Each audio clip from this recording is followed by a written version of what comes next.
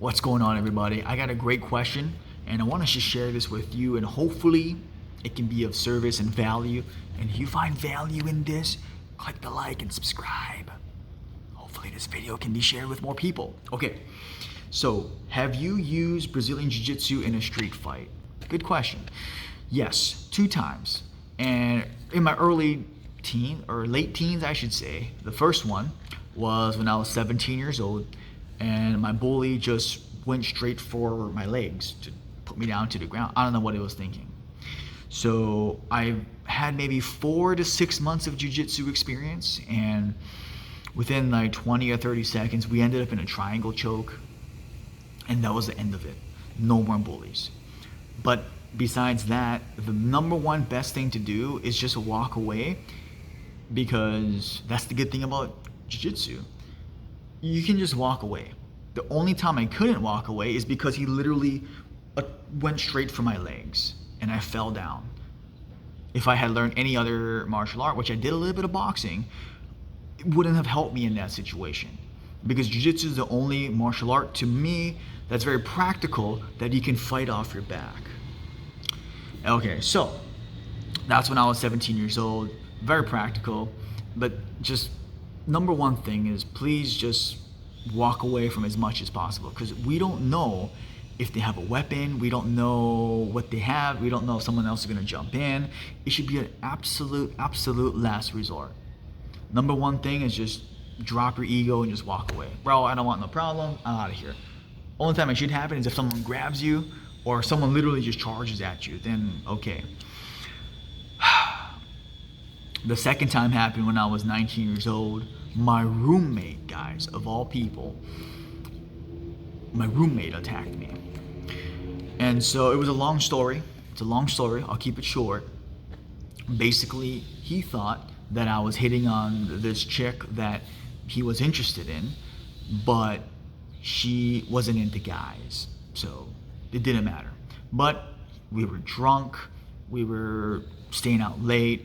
And there's probably tension from before that building up. I open my eyes, boom. I just see fists flying. Boom, boom, boom, boom. Just fists just coming in. And I didn't even know what to expect. Remember, I'm drunk or tipsy at this point. It's midnight or 1 a.m. And my brain and body can't even believe what is happening. One of the punches I remember got through my defenses, and it cracked me right on the eye. I had a nice little black eye the next day. And I remember there was a moment within the punches where there was a kind of a pause, right? Because you can't just keep punching forever, especially when you're in that state. And when I felt that pause, I went straight for a double leg takedown out of my bed in my freaking jammies. I get down, I do a double leg takedown, and we're scrambling a little bit. Now, within that scramble, I don't clearly remember what happened, but I ended up on my back again, right? Jiu-jitsu, the only one you can fight off your back. And I was just covering up, boom, minimizing the damage, controlling his head posture. So it's really just this. It's really just this, right? It's not so much this, because his posture is control, Jiu-Jitsu 101. At this point, I was a blue belt. And I was just controlling his posture, trying to maintain the head and trying to overhook the arm. But some went through a headbutt, all this crazy stuff, but minimizing the head, so it was just a little joke. This is why self-defense is so important in jiu-jitsu.